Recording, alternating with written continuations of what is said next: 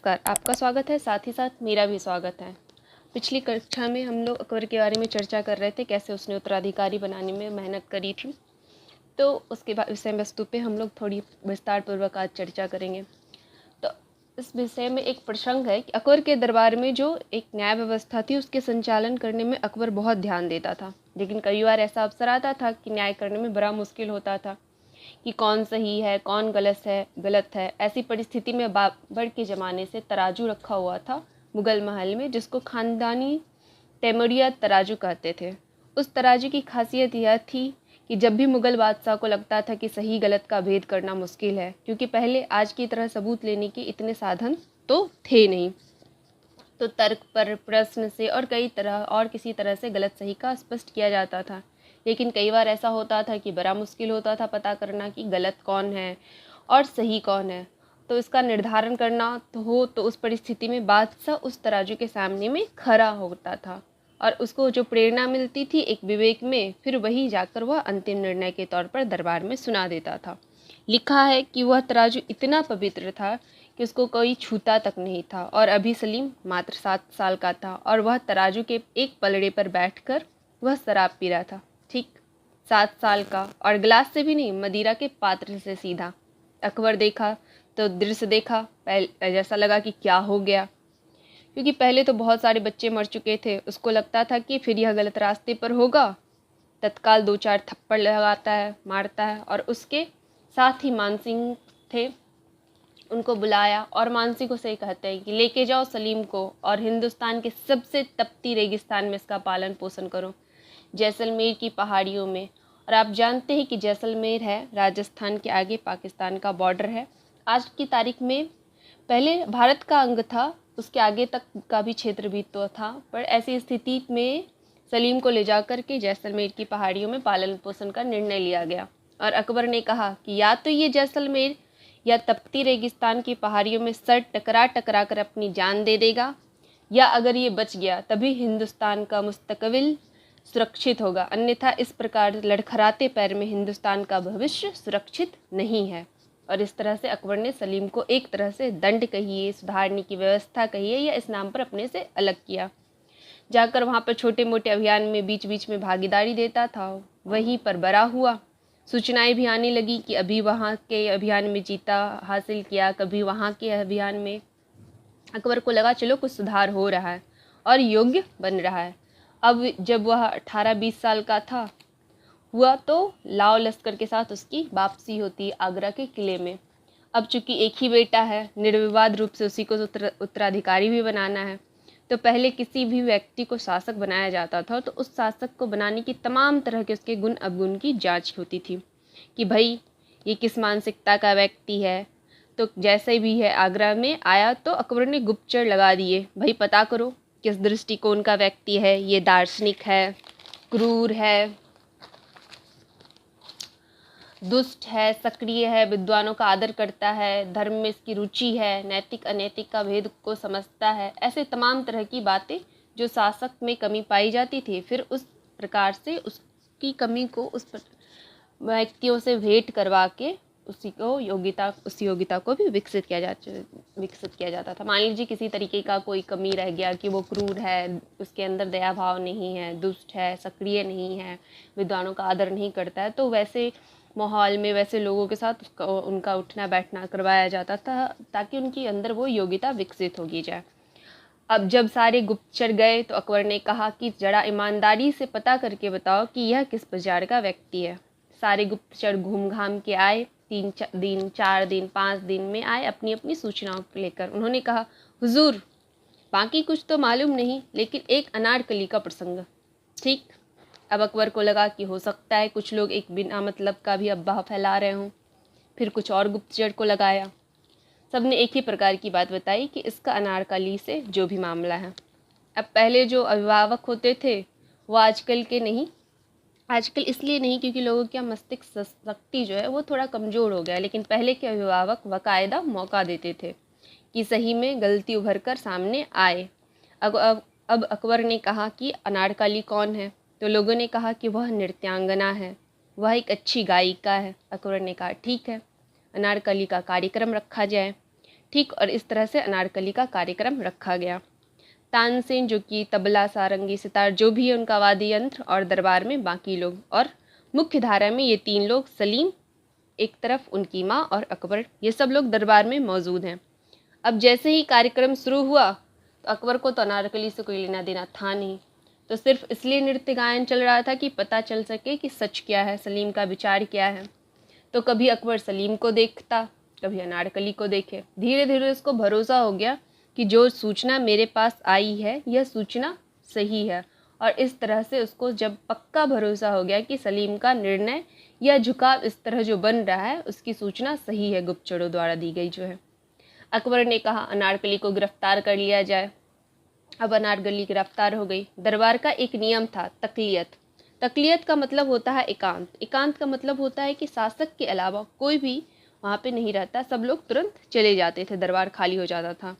अब सब लोग चले गए। अब दरबार में अकबर और सलीम जो कि सिंहासन पे था। अकबर ने कहा तुम्हारी मौजूदगी नाफरमानी की दलील है। नाफरमानी का मतलब होता है कि आपके आदेश का, हमारे आदेश का तुम उल्लंघन कर रहे हो। जब मैंने तकलियत कह दिया तो मेरे अलावा इस दरबार में कोई दूसरा व्यक्ति नहीं रह सकता है। सलीम ने कहा कि मेरे आंखों के सामने अनारकली गिरफ्तार कर ली गई और मैं कुछ नहीं कर सका। अकबर जो सुनना चाहता था सलीम ने कह दिया। तो अकबर ने कहा कि तुम कर भी क्या सकते थे। हैसियत बताया कि तुम कर भी क्या सकते थे। अकबर ने पूछा क्या चाहते हो। ऐतिहासिक लाइन है अकबर के द्वारा कही गई, तुम कर भी क्या सकते थे, क्या चाहते हो। मुगलों का ताज को पिघलाकर एक रकासा के पैर का ताव पाजेब बनाना चाहते हो। हरगिज नहीं, मैं ऐसा होने नहीं दूंगा। और इसके बाद वह जाता है तहखाने में जहाँ पर अनारकली कैद करके, गिरफ्तार करके रखी गई है, और अनारकली से कहता है सलीम तुमको मरने नहीं देगा और मैं तुम्हें जीने नहीं दूंगा, इसलिए तुम तय करो कि तुमको अपना भविष्य क्या बनाना है। बाप बेटे अनगिनत बार एक दूसरे के मुखालत होते हैं। मुखालत का मतलब होता है विरोध में। कम लोग को पता होगा कि मुगल काल का सबसे बड़ा किला जो है वो इलाहाबाद का किला है। इतिहास में अनारकली का प्रसंग कौन इतिहासकार लिखे? विदेशी इतिहासकारों ने लिखा। भारत के इतिहासकारों ने अनारकली के प्रसंग पर बात नहीं की और ना ही इलाहाबाद के किला पर का ही इतिहास लिखा।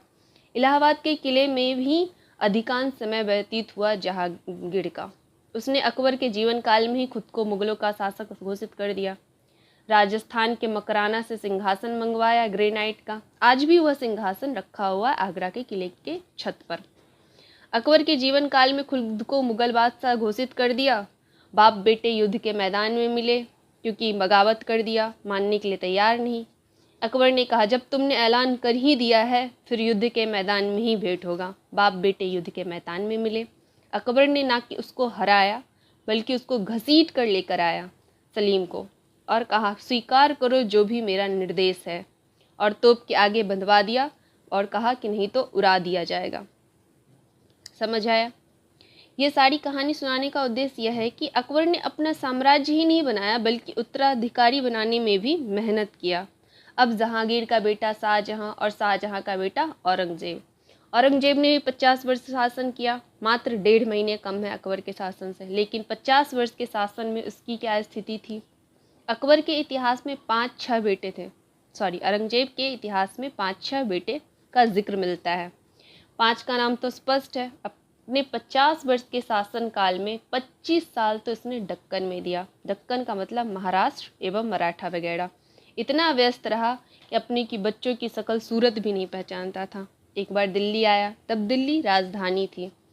इसके सामने से कुछ बच्चे गुजारे गए। इसने पूछा कौन जा रहे हैं। जो वजीर था उसने कहा हुजूर आपके साहबजादे हैं, मतलब आपके बेटे हैं। इसने कहा फिर से बुलाओ। एक एक करके सबका शकल सूरत देखा और इसमें से छठा बेटा था, पता नहीं तीसरा नंबर का था या चौथा नंबर का था। उसकी शकल देखकर बोला कि यह भविष्य में मेरे खिलाफ बगावत करेगा, इसका तेवर बता रहा है। कहा इसको गिरफ्तार कर लो। इसके बाद कैसे जिया या मरा कुछ भी नहीं पता, इतिहास में उसके बारे में मौन है। तो आप समझ गए कि उत्तराधिकारी के मामले में क्या था। अकबर अपने जीवन काल में हमेशा कहता था कि मुगल साम्राज्य का विस्तार गोंडवाना लैंड के नीचे मत करना, लेकिन ये लगातार लगा रहा दक्षिण में मुगल साम्राज्य का विस्तार करने के लिए। मुगल साम्राज्य का विस्तार करता जो कि व्यवहारिक नियंत्रण के लायक नहीं था। उस टाइम दक्षिण के तरफ।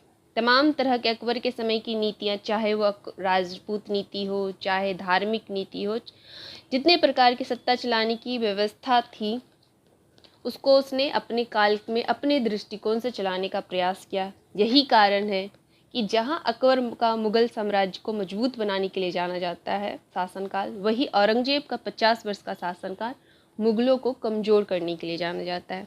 चाहे उत्तराधिकारी हो, चाहे प्रशासन हो, चाहे राजपूतों के साथ संबंध हो का निर्वाह करने के तरीके हो, चाहे मुग़ल साम्राज्य को मजबूत किया, उस मजबूती को बनाए रखने में अकबर ने जो मजबूत किया था साम्राज्य को, उस मजबूती को बनाए रखने में औरंगजेब का जो योगदान दिया गया वो प्रभावशाली साबित नहीं हुआ जितना अकबर के समय की व्यवस्था स्थापित हुई थी। कुछ समय में उसके समझ आपको आया, कुछ समझ में अपने समझदारी के हिसाब से चला, अपने हिसाब से चीज़ें की उसने, और अकबर की सारी नीतियाँ मानने से मना कर दिया, चाहे वो धार्मिक हो, राजपूत हो, उसने अपनी दृष्टिकोण को डाला।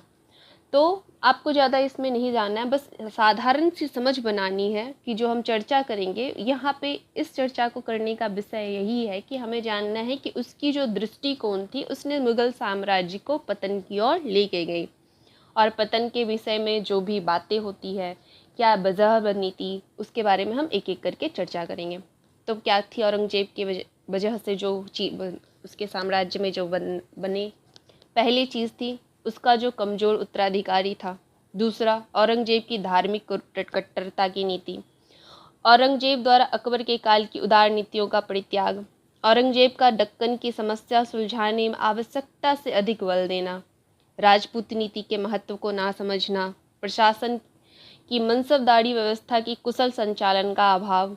जनता पर उसकी क्षमता से अधिक कर का बोझ का अधिरोपित करना। अधिरोपित का मतलब होता है बोझ डालना। और अगर हम लोग मुग़ल काल के औरंगजेब की दृष्टि से समेटें तो सभी समस्याएं हैं जो औरंगजेब के 50 वर्ष के शासनकाल के दौरान उभर करके बड़ी हो जाएगी। यही कारण है कि औरंगजेब तक तो लगेगा कि बहुत संकट नहीं है, लेकिन जैसे ही औरंगजेब की मृत्यु होती है वैसे ही ये सारी कमियां हिंदुस्तान में के अंदर मुग़ल साम्राज्य के पतन में एक के बाद एक अपनी भूमिका निभानी शुरू हो जाएगी। अभी जो ये उत्तराधिकारी हैं, बाकी सबको तो पहले का है, लेकिन जो कमज़ोर उत्तराधिकारी हैं उनका ही इतिहास आपको पढ़ना है, जिनको आप उत्तर मुग़ल कहते हैं। तो उत्तर मुग़ल काल में औरंगजेब के 5 पुत्र हैं, ठीक ना हो तो भी उत्तर मुग़ल काल के शासकों का नाम तो जान लीजिए, क्योंकि किसी की बात हम लोग करेंगे, किसकी हम लोग बात करेंगे उत्तर मुग़ल काल में शासकों का। ठीक है, कौन किन किन शासकों के बारे में हमको पढ़ना है उत्तर मुग़ल काल में। पहला है बहादुर शाह प्रथम, फिर जहांदार शाह, फर्रुखसियर,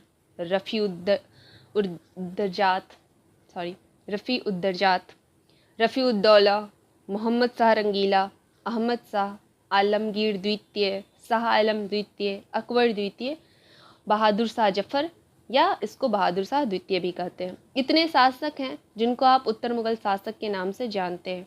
कुछ भी नहीं पूछता है तो इतना तो पूछ ही देता है कर्म लगाने के लिए, कर्म बताइए। अब इनको समझने और आपको समझने की कोशिश करना है, कि लगे रहना है कि कैसे कौन कौन शासक थे, क्रम याद रहना चाहिए।